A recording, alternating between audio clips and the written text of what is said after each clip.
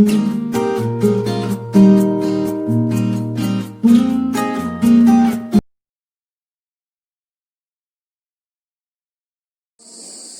Dear student, आज हम शुरू करते हैं क्लास 10 का chapter number first, reflection and diffraction of light, प्रकाश का परावर्तन तथा अपवर्तन।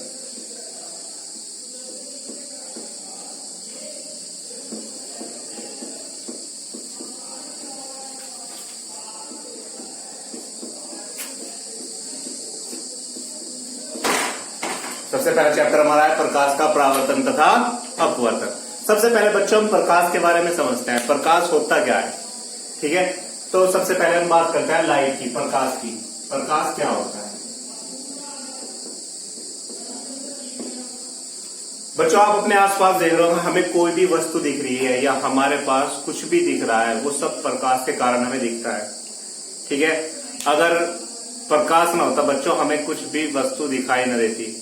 तो प्रकाश क्या है बच्चों? प्रकाश एक प्रकार की ऊर्जा है। प्रकाश क्या है? एक प्रकार की ऊर्जा है। प्रकाश हमें क्या करता है बच्चों? वस्तुओं को दिखाने में सहायता प्रदान करता है।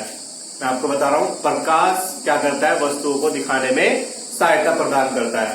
प्रकाश कभी स्वयं दिखाई नहीं देता है, जबकि प्रकाश क्या करता है बच्चों? वस्तुओं को दिखाने में सहायता प्रदान करता है। अगर हम प्रकाश की बात करें तो प्रकाश एक प्रकार की ऊर्जा है जो हमें वस्तुओं को दिखाने में सहायता प्रदान करती है।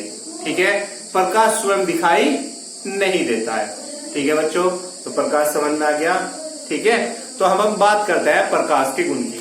प्रकाश के गुण, प्रकाश के बच्चों बहुत सारे गुण होते हैं। ठीक है, सबसे पहले अगर मैं गुण की बात करूं, प्रकाश के गुण की बात करता हूं, तो प्रकाश का सबसे पहला गुण क्या होता है?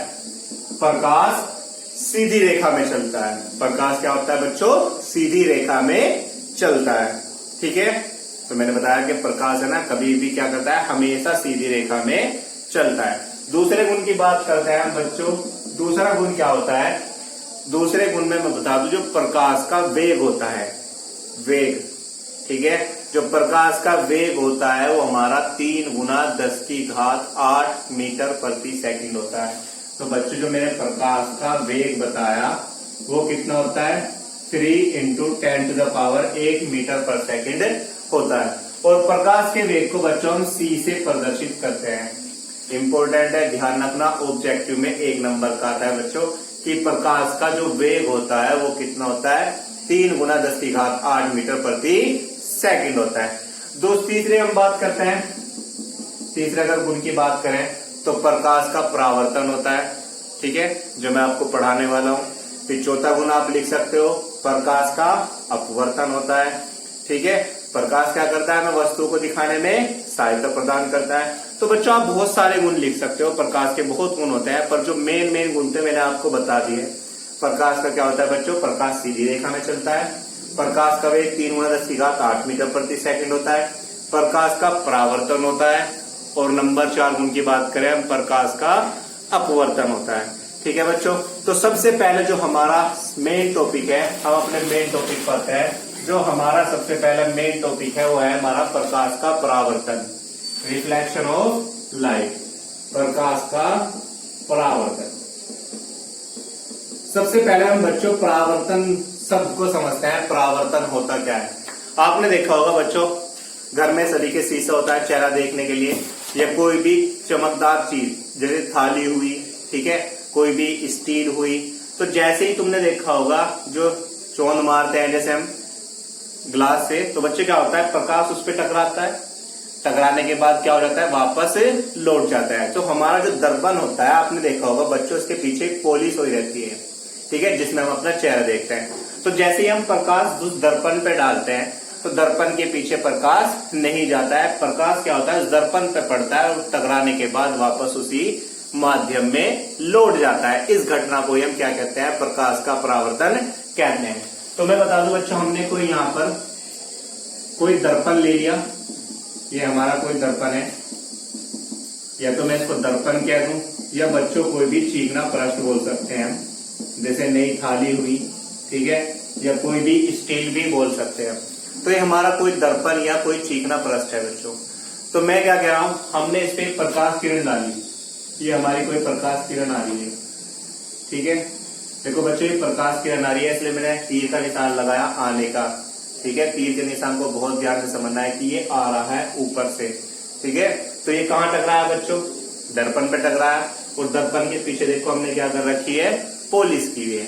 तो प्रकाश किरण आ रही है, कहाँ टकराई, दर्पण पर, और टकराने के बाद क्या हो जाती है, उसी माध्यम में वापस लौट जाती है। इस घटना को हम क्या कहते हैं, प्रकाश का परावर्तन कहते हैं, ठीक है बच्चों।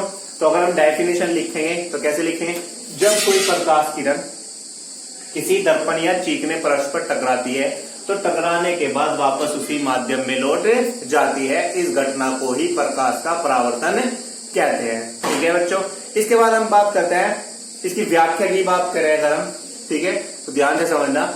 ये प्रकाश किरण जो आ रही है बच्चों, इस आने वाली प्रकाश किरण को हम बोलते हैं आपतित किरण। कौन सी किरण बोल लेंगे बच्चों, आपतित किरण, इंसिडेंट रे, इंग्लिश में कहते हैं हम इसे इंसिडेंट रे, ठीक है। तो जो प्रकाश किरण आ रही है, इस किरण को हम बोलते हैं आपतित किरण, ठीक है बच्चों। और यहाँ ये टकराई, और टकराने के बाद क्या होगी, परावर्तित होगी।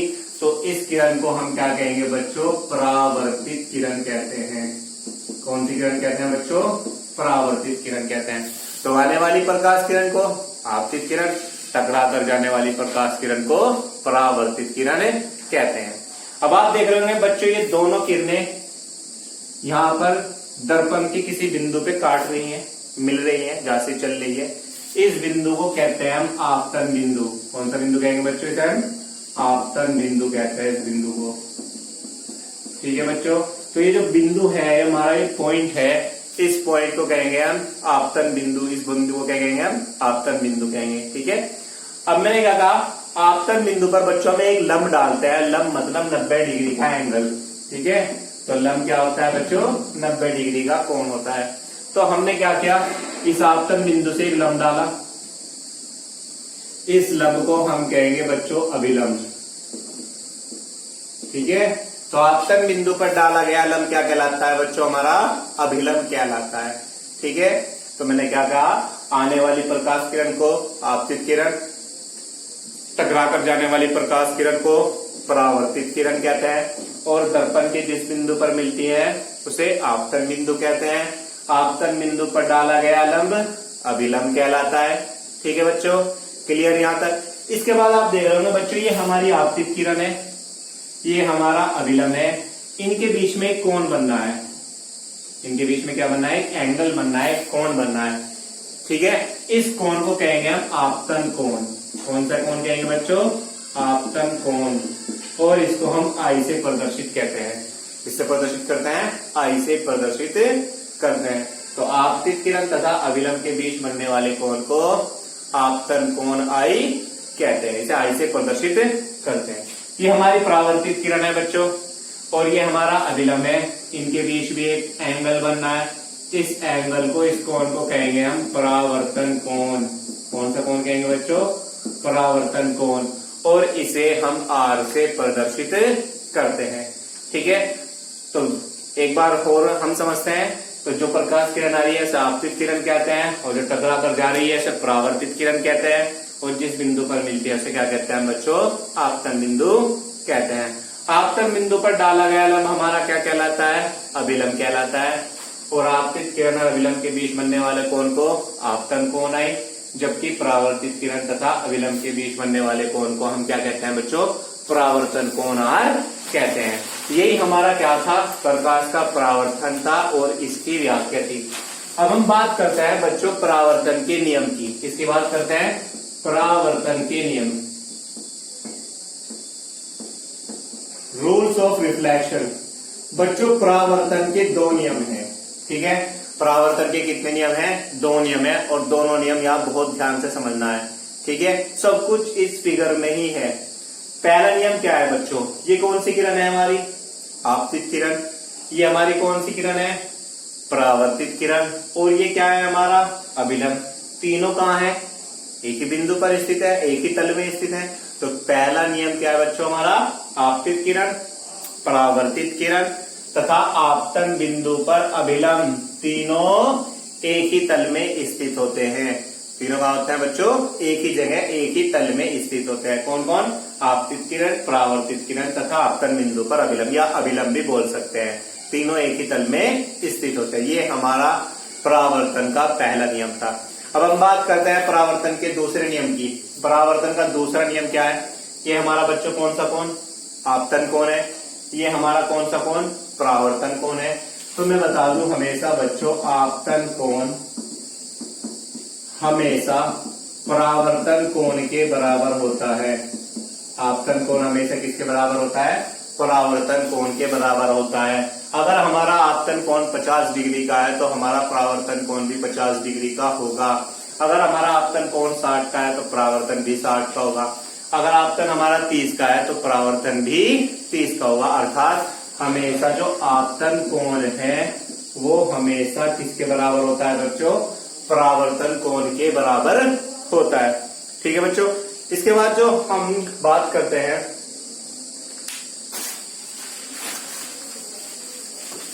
इसके बाद जो बच्चों हमारा टॉपिक आता है वो आता है दर्पण। क्या आता है बच्चों? हमारा दर्पण आता है। ठीक है। दर्पण क्या होता है? दर्पण मैंने अभी बताया ये कोई समतल पृष्ठ का कांच का। अगर कांच में और दर्पण में क्या फर्क होता है बच्चों? कांच क्या होता है? जो हमारी खिड़कियों पर लगा होता है। ठीक है। हमने जो हमारी घरों की खिड़कियां होती है आपने देखा होगा उसमें कांच लगा रहता है। ठीक है। उसके पीछे कोई पॉलिश नहीं होती है। समझ रहे हो ना? जबकि दर्पण क्या होता है बच्चों? जो दर्पण होता है उसके एक साइड में क्या होती है? पॉलिश होती है। ठीक है। तो मैं बताना चाह रहा हूं हम बात कर रहे हैं किसकी बच्चों? दर्पण की। तो दर्पण क्या होता है बच्चों? एक कांच का खोखला गोला होता है। इसका कांच का। ठीक है। जिसके एक पृष्ठ पर क्या होती है? पॉलिश होती है। किसी भी एक पृष्ठ पर हम क्या कर देते हैं? पॉलिश। या तो बच्चों हम बाहर वाले पृष्ठ पे पॉलिश कर दें। ठीक है। चाहे हम अंदर वाले पृष्ठ पे पॉलिश कर दे, चाहे तो हम बाहर पर पॉलिश कर सकते हैं, चाहे हम अंदर पॉलिश कर दें। तो जो दूसरा पृष्ठ होगा वो हमारा क्या कहलाएगा बच्चों? दर्पण कहलाता है। ठीक है। तो दर्पण क्या होता है? किसी कांच के खोखले गोले पर ठीक है पॉलिश कर देने पर बना दूसरा पृष्ठ परावर्तक पृष्ठ कहलाता है। जो क्या होता है? हमारा दर्पण होता है। ठीक है। जिसे हम क्या कहते हैं? दर्पण कहते हैं। अब बच्चों दर्पण दो प्रकार का होता है। ठीक है। दर्पण कितने प्रकार का होता है? दो प्रकार का। एक तो दर्पण होता है समतल दर्पण। ठीक है। दूसरा बच्चों हमारा दर्पण होता है वो होता है गोलीय दर्पण। ठीक है। समतल दर्पण क्या होता है? समतल मतलब सीधा, जिसका तल क्या हो? समान हो। जैसे कोई ये जैसे हमारे घर में ग्लास होता है तो ये बिल्कुल सीधा है। इसके पृष्ठ पर हमने क्या कर दिया? पॉलिश कर दी है। तो ये दर्पण क्या कहलाएगा? हमारा समतल दर्पण कहलाएगा। ठीक है। जबकि हम बात करते हैं गोलीय दर्पण की। किसकी बात करते हैं? गोलीय दर्पण की। क्योंकि हमारे जो सिलेबस में है बच्चों वो गोलीय दर्पण ही है।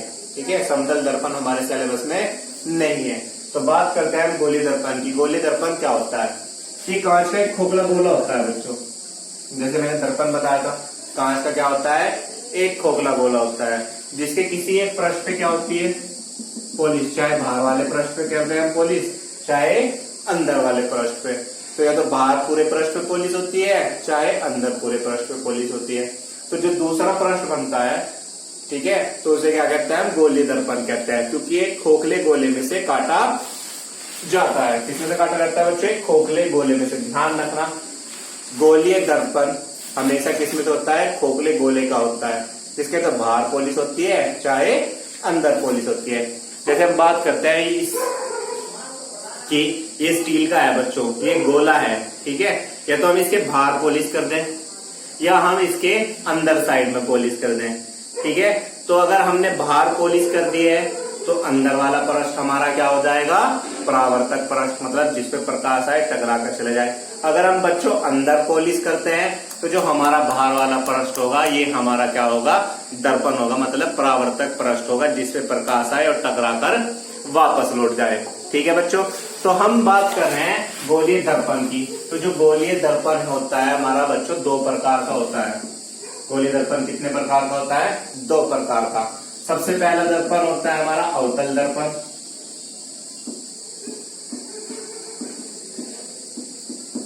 दूसरा होता है बच्चों हमारा उत्तल दर्पण। ठीक है, इसे कहते हैं कॉनकेव मिरर। और ये होता है बच्चों हमारा कन्वेक्स मिरर। तो दर्पण मैंने कितने प्रकार के बताया? गोली दर्पण 2 प्रकार का, एक तो कॉनकेव एक कन्वेक्स। हमारे 2 प्रकार के दर्पण होते हैं, एक उत्तल दर्पण और एक कौन सा बच्चों? अवतल दर्पण। अब उत्तल दर्पण क्या होता है, अवतल दर्पण क्या होता है? मैंने बताया था गोलीय दर्पण क्या होता है, खोखला गोला होता है कांच का। ठीक है, जैसे बीच में से एक खोखला है, ठीक है बच्चों, तो कांच का इस तरह से एक खोखला गोला होता है। ठीक है, अब हमने कोई कांच का एक खोखला गोला है हमारे पास क्या है बच्चों को? ये कांच का खोखला गोला है। जैसे हमने एक कांच का एक खोखला गोला ले लिया और इसके हमने कहाँ पॉलिश कर रखी है? पूरे बाहर पृष्ठ पे पॉलिश कर रखी है।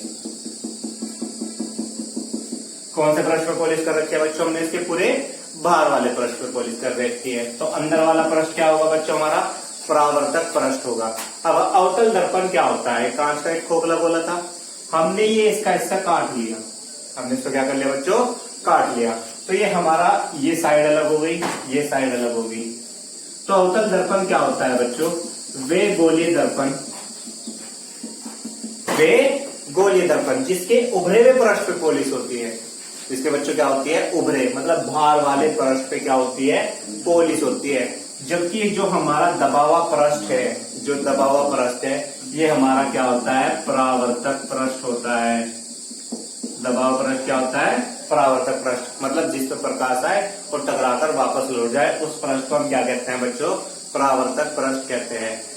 तो अवतल दर्पण क्या होता है? वे गोलीय दर्पण जिसके उभरे हुए पृष्ठ पर पॉलिश होती है, उन दर्पणों को क्या कहते हैं? अवतल दर्पण कहते हैं। ठीक है, इसके बाद हम बात करते हैं बच्चों उत्तल दर्पण की। इसकी बात करते हैं बच्चों उत्तल दर्पण की। ये तो हमने बाहर पॉलिश कर रखी थी। अगर बच्चों हम बाहर पॉलिश न करके हमने पॉलिश अंदर वाले पृष्ठ पे कर रखी है। पॉलिश हमने कहा कर रखी है बच्चों? अंदर वाले पृष्ठ पे पॉलिश कर रखी है और इसे हमने काट दिया।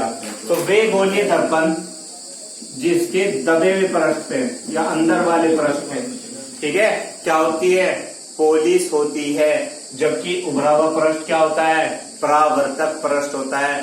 तो ऐसे दर्पणों को क्या कहते हैं? हम उत्तल दर्पण कहलाते हैं। ठीक है बच्चों, तो मैंने क्या बताया? वे गोलीय दर्पण जिनके दबे हुए पृष्ठ पर पॉलिश होती है, जबकि उभरा हुआ पृष्ठ क्या होता है? परावर्तक पृष्ठ होता है। ऐसे पृष्ठ को क्या कहते हैं? ऐसे दर्पण को क्या कहते हैं? उत्तल दर्पण कहते हैं। ठीक है, और एक बात और ध्यान रखना बच्चों, ये हमारे सब इसमें से काटे गए हैं, एक खोखले गोले में से काटे गए हैं। ठीक है बच्चों।